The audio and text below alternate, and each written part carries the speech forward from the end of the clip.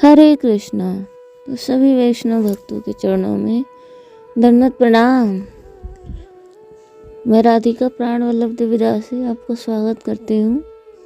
तो आज हम आप लोगों के लिए एक बहुत सुंदर सी कथा लेके आए हैं जो सच्ची कथा है। वो हमारे भागवतम से है और नाम है भक्तराज ध्रुव का चरित्र। भक्तराज ध्रुव के नाम और चरित्र से हम सभी परिचित हैं। एक छोटी सी घटना से ध्रुव के जीवन में एक महान क्रांति हो गई और वही उनके भगवत साक्षात्कार का कारण भी बन गई। 6 वर्ष का छोटा बालक भगवान के पथ में किस निष्ठा के साथ जा रहा था, वह हम सभी के लिए सर्वथा अनुकरणीय है। साधन काल में कैसे कैसे प्रलोभन उसके सामने आए, पर एक भी उसे डिगा न सका और अंत में स्वयं भक्तवत्सल भगवान को उसके सम्मुख प्रकट होना पड़ा। साधना भी उसकी कितनी सरल एवं सरस थी। द्वादक्षर मंत्र का जप और सब अवस्थाओं में भगवान नारायण का ध्यान, इसी साधना से ध्रुव के सारे मनोरथ पूर्ण हो गए। केवल 6 महीनों के भीतर इन्हीं भक्तराज ध्रुव का चरित्र इस कथा में बहुत सीधी साधी भाषा में बताने का प्रयास करूंगी। महाभारत, भागवत, विष्णु पुराण, अन्य सभी ग्रंथों से, पुराणों से कथा लेकर हम आपके सामने प्रस्तुत होते हैं। वही आज की जो हमारी कथा है वो भक्तराज ध्रुव का चरित्र है और ये भागवतम में है। तो चलते हैं। ध्रुव के चरित्र से पाठकों का और श्रवण करने से अंतःकरण शुद्ध होगा तथा उनके चित्त में साधना की लहर उठेगी। तो जो भक्ति की 9 विधियां हैं उसमें से प्रथम विधि है श्रवण। तो जितना अधिक हम श्रवण करेंगे उतना ही हमारे लिए लाभदायक है। तो चलते हैं भाग 1, भक्तराज ध्रुव का चरित्र। श्री हरि शरणम। स्वयंभू मनु के 2 पुत्र थे, प्रियव्रत और उत्तानपाद। उत्तानपाद की 2 स्त्रियां थीं, सुरुचि और सुनीति। सुरुचि और सुनीति।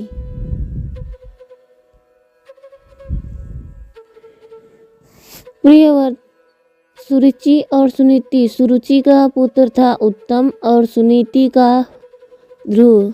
राजा उत्तानपाद सुरुचि पर आसक्त थे, एक प्रकार से उसके अधीन थे। वे चाहने पर भी सुनीति के प्रति अपना प्रेम नहीं प्रकट कर सकते थे। ध्रुव और उत्तम की उम्र अभी बहुत थोड़ी, केवल 5 वर्ष की थी। राजसभा लगी हुई थी। महाराज उत्तानपाद सुरुचि के साथ सिंहासन पर बैठे हुए थे। उनकी गोद में उत्तम खेल रहा था और वे उसे बड़े स्नेह से दुलार रहे थे। सुनीति के पुत्र का साज श्रृंगार करके धाई के लड़कों के साथ उन्हें खेलने के लिए भेज दिया गया। वे खेलते खेलते राजसभा में आ पहुंचे। उन्होंने देखा कि मेरा भाई उत्तम पिता की गोद में बैठा हुआ है, अतः उनकी भी इच्छा हुई कि मैं भी चलकर पिता की गोद में बैठूं। उन्होंने जाकर पिता के चरण छुए। राजा ने उनको आशीर्वाद दिया।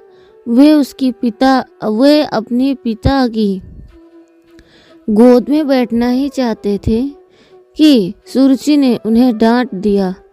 उसने कहा, ध्रुव तुम बड़े नटखट हो, जहाँ तुम्हें बैठने का अधिकार नहीं है वहाँ क्यों बैठना चाहते हो? इस सिंहासन पर बैठने के लिए बहुत पुण्य करने पड़ते हैं। यदि तुम पुण्यात्मा होते तो मेरे गर्भ से जन्म लेते, भाग्यहीन सुनीति के गर्भ से क्यों आते? उत्तम मेरे गर्भ से पैदा हुआ है, वह राज्य का उत्तराधिकारी है, तुम उसकी बराबरी नहीं कर सकते। यदि तुम्हें अपने पिता की गोद में बैठना हो तो जाकर तपस्या करो, भगवान की आराधना करो और मेरे गर्भ से जन्म लो। तब दूसरे जन्म में तुम्हें यह गोद या सिंहासन प्राप्त हो सकता है। ध्रुव रोने लगे। ध्रुव जोर जोर से रोने लगे। यद्यपि वे बालक ही थे, तथापि उनमें क्षत्रिय तेज की कमी न थी। उचित अनुचित कुछ भी उनके मुंह से ना निकला।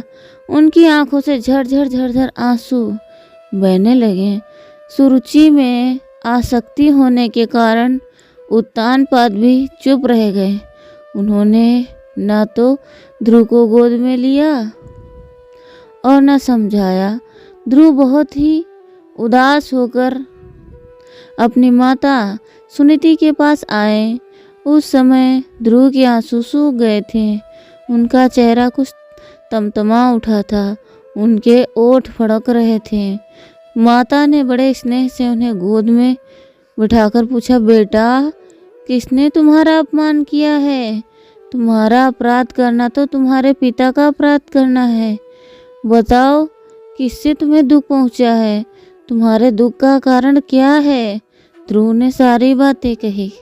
सुनीति ने लंबी सांस लेकर कहा, बेटा सुरुचि का कहना सत्य है।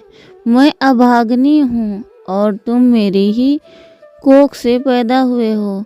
यदि तुम पुण्यवान होते तो दूसरे लोग तुम्हें इस प्रकार अपमानित नहीं कर सकते, परंतु तुम सुरुचि से बुरा मत मानना, क्योंकि तुम एक ऐसी माता के गर्भ से पैदा हुए हो और उसके दूध से पुष्ट हुए हो जिसे महाराज अपनी पत्नी कहने में भी संकोच करते हैं।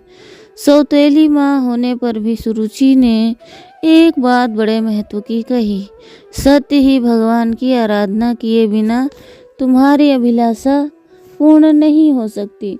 ध्रुव ने अपनी माता से बहुत से बाल सुलभ प्रश्न किए। उन्होंने पूछा, माँ जब तुम दोनों ही मेरी माँ हो तब पिताजी सुरुचि से ही अधिक प्रेम क्यों करते हैं? सुरुचि से ही अधिक प्रेम क्यों करते हैं? तुमसे क्यों नहीं करते? हम दोनों ही राजकुमार हैं, फिर उत्तम क्यों? मैं अभागा क्यों? वह क्यों राजा की गोद में बैठ सकता है और मैं क्यों नहीं बैठ सकता? सुनीति ने कहा, बेटा उन्होंने पूर्व जन्म में बड़े बड़े पुण्य किए हैं, तपस्या की है, भगवान की आराधना की है, इसीलिए वे राजा के प्रेमास्पद हैं। वे उनकी गोद में बैठ सकते हैं। हमने तपस्या नहीं की है, उनकी आराधना नहीं की है, इसी से वह पद हमें नहीं प्राप्त होता। भगवान विष्णु की आराधना से ही सब कुछ प्राप्त होता है। उन्होंने उनकी आराधना की, इसीलिए वे सब कुछ प्राप्त है। तुम उनकी बातों से दुखी मत होना बेटा, वे सच कहती हैं। अपनी माता की बात सुनकर ध्रुव के पुराने संस्कार जग उठे। यद्यपि उन्हें मालूम नहीं था, तथापि उनके मन में पहले की जो भक्ति भावना थी उस पर पर्दा हट गया। वे भगवत जन के लिए उत्सुक हो गए। उन्होंने सुनीति से कहा, माता मैं समझता था कि पिताजी से बढ़कर और कोई नहीं है और वे मुझ पर प्रसन्न नहीं हैं, तो जीवन भर मैं दुखी ही रहूँगा। परंतु यदि उनसे भी बड़ा कोई है, आज मालूम हो गया उनसे भी बड़ा है, तो आज मैं उसे प्रसन्न करूँगा और वह पद प्राप्त करूँगा जो अब तक किसी को प्राप्त नहीं हुआ। तुम केवल मेरी एक सहायता करो, बस मुझे भगवान की आराधना करने के लिए यात्रा करने की अनुमति दे दो। मुझ पर भगवान को प्रसन्न ही समझो। पुत्र की बात सुनकर माता का हृदय स्नेह से भर आया। उसने कहा, बेटा, अभी तुम्हारी उम्र ही कितनी है, अभी तो तुम बच्चों के साथ खेलने खाने योग्य हो।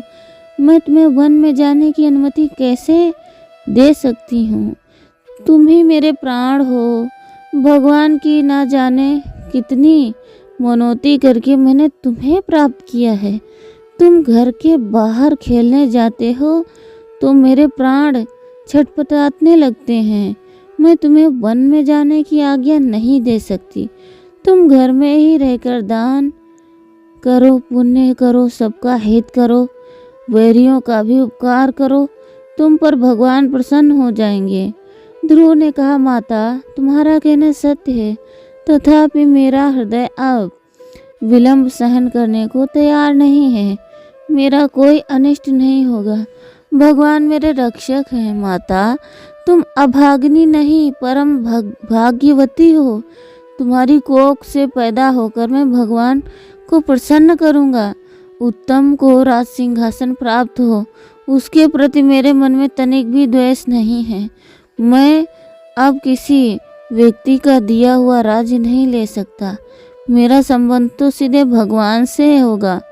आज तक मेरे माता पिता तुम लोग थे, आज से मेरे माता पिता भगवान विष्णु हुए। अथ यावत् पिता माता चाचोत्ता न पदो विभुः अद्य प्रभृति मे माता पिता विष्णु संशयः। अर्थात ध्रुव की माता साधारण माता नहीं थी, वे ध्रुव की माता थीं। उन्हें भगवान पर विश्वास था। वे जानती थीं और उनकी दृढ़ धारणा थी कि भगवान मेरे पुत्र की रक्षा करेंगे। उन्होंने कहा, बेटा, मैं तुम्हें भगवान की आराधना से नहीं रोकती। यदि मैं ऐसा करूं तो मेरी जीभ सैकड़ों टुकड़े होकर गिर जाएं। भगवान की आराधना से क्या नहीं हो सकता। आराधना से ही ब्रह्मा विष्णु हुए हैं, ब्रह्मा हुए हैं। तुम्हारे दादा स्वयंभू मनु ने उन्हीं की आराधना से लौकिक, पारलौकिक और मोक्ष पद प्राप्त किए। तुम अनन्य निष्ठा से भगवान का आश्रय लो, वे तुम्हारी अभिलाषा पूर्ण करेंगे। माता ने भगवान पर विश्वास करके ध्रुव को अनुमति दी और अपने हाथों से गूंथकर उन्हें नीले कमलों की माला पहनाई। उनके साथ जाने के लिए अपने सैकड़ों आशीर्वाद भेज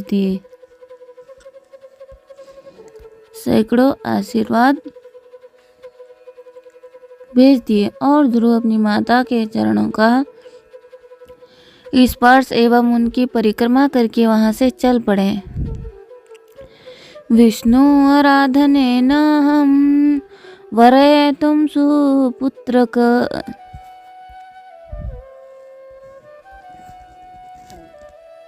जिह्वा में सतधा याति यदि तुम वार यामि भव। अर्थात कोई भगवान की ओर चले और भगवान उनकी सहायता न करें, ऐसा हो ही नहीं सकता।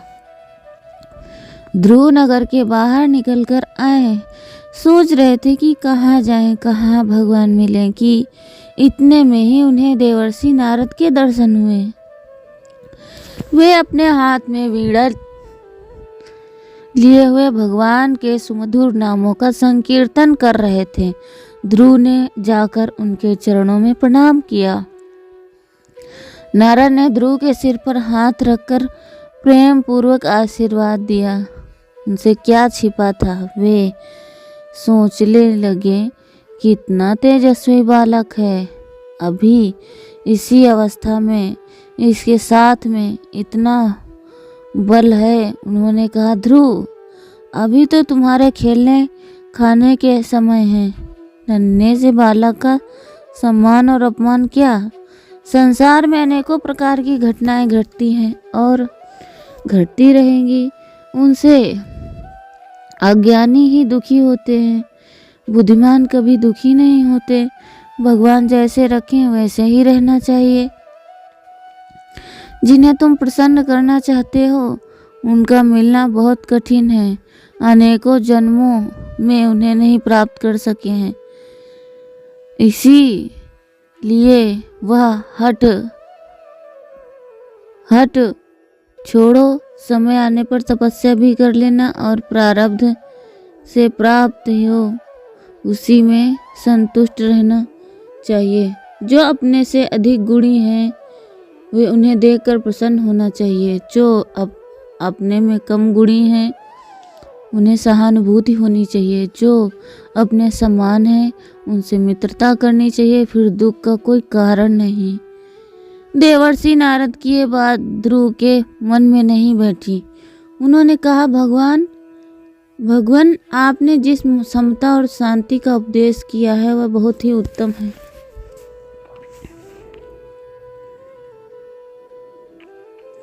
बहुत ही उत्तम है, तथापि हमारे जैसे लोगों के लिए वह बहुत ही कठिन है। मैं बड़ा ढीठ हूँ, मेरे हृदय में छात्र तेज प्रज्वलित हो रहा है। आपकी शीतल वाणी मेरे हृदय में नहीं ठहरती। आप मुझे वह रास्ता बतलावें जिससे मैं त्रिभुवन में सर्वश्रेष्ठ स्थान प्राप्त कर सकूं। आप ब्रह्मा के पुत्र हैं, त्रिलोकी का हित करने के लिए ही आप विचरण करते रहते हैं। भगवान की भक्ति और भगवान के नाम का प्रचार ही आपका एकमात्र काम है। आप मुझे अवश्य भगवान के पाने का मार्ग बताएं। ध्रुव की बात सुनकर नारद बहुत ही प्रसन्न होकर कहा, भगवान के चरणों की उपासना ही संपूर्ण कामनाओं को पूर्ण करने वाली है। लोक परलोक, स्वर्ग अस्वर्ग अपवर्ग, जो कुछ तुम चाहते हो सब उसी से प्राप्त होगा। तुम्हारी माता ने तुम्हें बड़ा ही सुंदर मार्ग बताया है। तुम यहाँ से जाओ। मथुरा यमुना के पावन तट पर भगवान का नित्य निवास स्थान है। त्रिकाल यमुना में स्नान करना, नित्य कृत्य करके सुस्थिर इस आसन पर बैठ जाना और प्राणायाम करना। विषयों का चिंतन छोड़कर शुद्ध चित्त से भगवान का ध्यान करना। मन ही मन देखना कि भगवान मुझ पर प्रसन्न होकर प्रकट हुए हैं। उनका मुख बड़ा ही प्रसन्न है, मंद मंद मुस्कुरा रहे हैं, आंखें प्रेम भरी हैं। तोते की चोंच जैसी नासिका, धनुष जैसी बाहें, मरकतमणि के समान सुंदर कपोल, 15-16 वर्ष की अवस्था, लाल लाल होंठ, वक्ष स्थल पर श्रीवत्स, गले में वनमाला, शंख चक्र गदा पद्म से युक्त, हाथ पीतांबर धारण किए हुए, किरीट कुंडल और आदि उनके आभूषणों से आभूषित श्याम सुंदर भक्त वत्सल करुणा वरुणालय भगवान मुझ पर सारे जगत की अपार करुणा की वर्षा कर रहे हैं। उन्हें देखने में अपार आनंद आ रहा है। उनके हृदय में कमल पर खड़े और उनकी नख ज्योति अनेकों सूर्यों के समान चारों ओर फैल रही है। इसी प्रकार भगवान ने मंगलमय स्वरूप रूप का ध्यान करोगे तो थोड़े ही दिनों में तुम्हारा मन लग जाएगा और इतना रस आएगा कि बाहर निकलेगा ही नहीं। तुम्हें मैं एक बड़ा ही गुप्त और महत्वपूर्ण मंत्र बतलाता हूँ। वह यह है, ओम नमो भगवते वासुदेवाय। ओम नमो भगवते वासुदेवाय। तुम प्रेम से इसी का जप करना, तुम्हारे सब मनोरथ पूर्ण होंगे। देवर्षि नारद ध्रुव को उपासना की पूरी विधि बतलाकर वहाँ से चले गए और उनका आशीर्वाद ग्रहण करके मथुरा की यात्रा की। किसी पुराण में ऐसी भी कथा आती है कि जब ध्रुव अपने महल से निकले तब उन्हें रास्ता तो मालूम नहीं, अपने उपवन में चले आए। वहाँ वे सोचने लगे, क्या करूँ, कहाँ जाऊँ, कौन मेरी सहायता करेगा। यही सब वे सोच रहे थे कि उन्हें अपने उपवन में ही सप्तऋषियों के दर्शन हुए। सिर नीचा करके ध्रुव उनके पास गए और अंजलि बांधकर उन्होंने उनके चरणों में प्रणाम किया। ध्रुव ने कहा, ऋषियों, मैं महाराज उत्तानपाद का पुत्र हूँ। मेरी माता का नाम सुनीति है। मैं घर छोड़कर भगवान की आराधना करना चाहता हूँ। आप लोग मेरी सहायता करें। इस तेजस्वी बालक के सरल स्वभाव और मधुर आकृति को देखकर ऋषियों को बड़ा विस्मय हुआ। उन्होंने कहा, बेटा, तुम्हारे वैराग्य का क्या कारण है? जिनकी अभिलाषाएं पूर्ण नहीं होती उन्हें वैराग्य हो जाता है। तुम तो सप्तद्वीपपति सम्राट के पुत्र हो, तुम्हें भला क्या चाहिए? ध्रुव ने अपनी सारी कथा सुनाई और कहा, जिस स्थान का उपभोग किसी और राजा ने ना किया हो, जो सबसे ऊंचा हो तथा इंद्र आदि के लिए भी दुर्लभ हो, वह स्थान मुझे चाहिए। आप भगवान की आराधना का मार्ग बतलाइए। सब ऋषियों ने एक स्वर में पृथक पृथक इस बात का समर्थन किया। संपूर्ण सिद्धियों का मूल परम पुरुष परमात्मा की उपासना ही है। उन्होंने ही इस संसार को धारण कर रखा है और उन्हीं के भ्रू विलाप से सारा जगत स्थित है। उनकी उपासना करो, तुम्हारी सारी अभिलाषाएं पूर्ण होंगी। ध्रुव ने कहा, ऋषियों, मैं बालक हूँ और साथ ही राजकुमार हूँ। मैं भगवान विष्णु की कठिन आराधना किस प्रकार कर सकूँगा, जो संपूर्ण फलों को देने वाले हैं। उन्हें प्रसन्न करना अवश्य ही कठिन होगा। मैं क्या करूं? मुझे आप लोगों की क्या आज्ञा है? सप्तऋषियों ने कहा, बेटा, चिंता की कोई बात नहीं है। चलते फिरते, सोते जागते, उठते बैठते, सब अवस्थाओं में सर्वत्र भगवान का स्मरण किया जा सकता है। उनके द्वादक्षर मंत्र का जाप करते हुए उनके चतुर्भुज रूप का ध्यान करो, तुम्हारे सब मनोरथ पूर्ण होंगे। सप्तऋषियों ने ध्रुव की उपासना की, विधि बतलाकर वहाँ से यात्रा की और ध्रुव भी वहाँ से चलकर मथुरा के यमुना तट पर आए। तिष्ठता गच्छता वापि स्वापता जागृता तथा सैनेन उपवेष्टेन विद्यो नारायण सदा। तो हरे कृष्णा, हम आज की कथा को यहीं पे विराम करते हैं।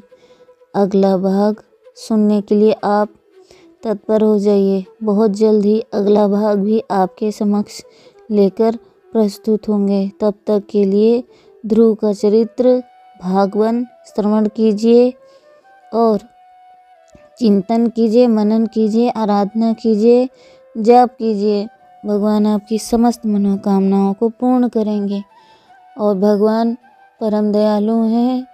अगर हमें कुछ चाहिए होता है तो हमें भगवान से कहना चाहिए। इस संसार में कोई किसी की इच्छा को पूर्ण नहीं कर सकता, सिर्फ और सिर्फ भगवान ही पूर्ण कर सकते हैं। इसीलिए भगवान की आराधना करनी चाहिए, क्योंकि संसार में दुख ही दुख है।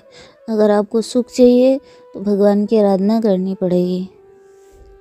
वसुदेव सुतं देवं कंस चारूणमर्दनं देवकी परमानंदं कृष्णं वंदे जगद्गुरुं। हरे कृष्णा कृष्णा कृष्णा हरे हरे, हरे राम राम राम हरे हरे। जगद्गुरु श्रील प्रभुपाद की जय, अनंत कोटि वैष्णव भक्तवृंद की जय, गुरु महाराज की जय, आप सभी वैष्णव भक्तवृंद की जय, श्रीमद् भागवत की जय, श्री भक्तराज ध्रुव महाराज की जय। भगवान के सभी भक्तों की जय जयकार हो। हरे कृष्णा।